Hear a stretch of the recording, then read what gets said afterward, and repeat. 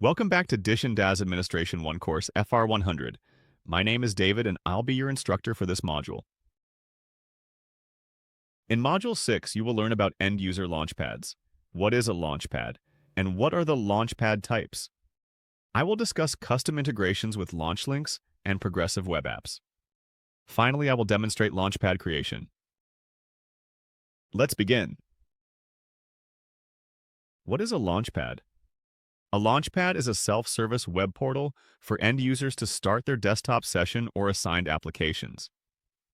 As an administrator, you can customize the look and feel, adjust session settings on a per launchpad basis, and also assign one or more instance pools for the user to select from. Access to the launchpad is controlled and assigned using RBAC rules, and users may be granted access to many different launchpads depending on the rules you set. For advanced integrations, a launchpad can be embedded into a website or deployed as a progressive web app. There are two distinct types of launchpads that you can create for your users. A desktop launchpad is exactly what it sounds like. It starts a virtual desktop session of the selected instance type and begins a stream of the entire operating system experience to the end user. Once running, the user interfaces with the remote session, just as if they booted it locally on their own workstation. The second type is an application launchpad. An application launchpad displays a list of permitted software applications that you, as the administrator, determine are available for accessing. In contrast to a desktop launchpad, only the selected application is streamed, which hides the rest of the desktop experience. Application switching can be turned on, but is still limited to those selected. If your capacity settings has more than one instance type, a launchpad can be configured to use one or more pools. This can be desirable if you want to allow your end users to pick from different hardware specs for the same launchpad configuration. Another option is to create a separate launchpad for each instance pool and assign specific users access to one launchpad and a different set of users to the other spec. You can create more than one launchpad for the same frame account and customize each as you see fit. In the screenshot shown here, look above the Launchpad section. You will see multiple separate launchpads are available. One called Desktop, the next one is Design Apps, then Sales Apps. You will also see an Add Launchpad link. Each of these launchpads has a different look, feel, and configuration, and is also listed separately in the role-based access control settings. This allows you to assign different groups of users to each launchpad. Notice the box I have drawn on this screen. It shows a list of the instance pools that were previously created in the capacity settings for this frame account. Here you can select one or more instance type that your users can choose from when using this launchpad. You see the 16 gig and a 32 gig selectors? Perhaps I want my normal users to use the 32 gig instance, but my Sales Apps users to have access to the 16 gig machine instead. Remember, in order for the launchpad to work properly for the selected instance pool types, the capacity maximum must be set to a number greater than 0. In the previous screen, a desktop launchpad was shown. On this screenshot, you will see an application launchpad type being configured. On the right-hand side of the page, you will see a list of available applications which can be toggled on or off for the launchpad. Clicking the Manage Applications link will open a dialog box for you to do so. Remember that applications must first be onboarded to Frame using the sandbox before they can appear in this view. Onboarding is a simple process within the Windows operating system that notifies the Frame guest agent to add an executable to the list of known applications. The agent will observe when new software is being installed and ask you if you wish to onboard it. You can also add other programs to this list manually by right-clicking the executable file and selecting Onboard to Frame using the context menu. When a user accesses an application launchpad, only those selected applications will be shown and available for them to use.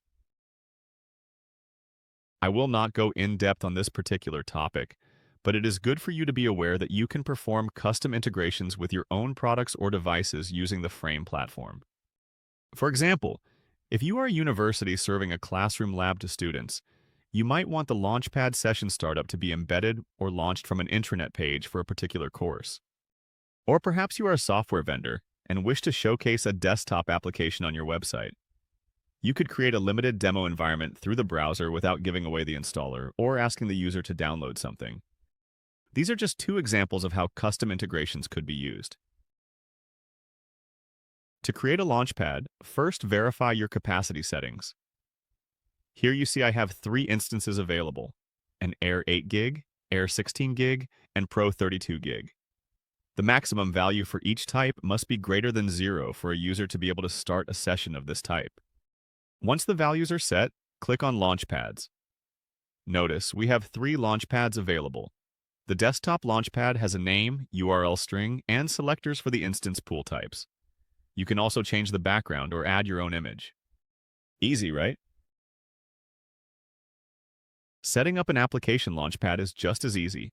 Select the application type, give it a name and URL string, then adjust any settings such as auto launch or set the background.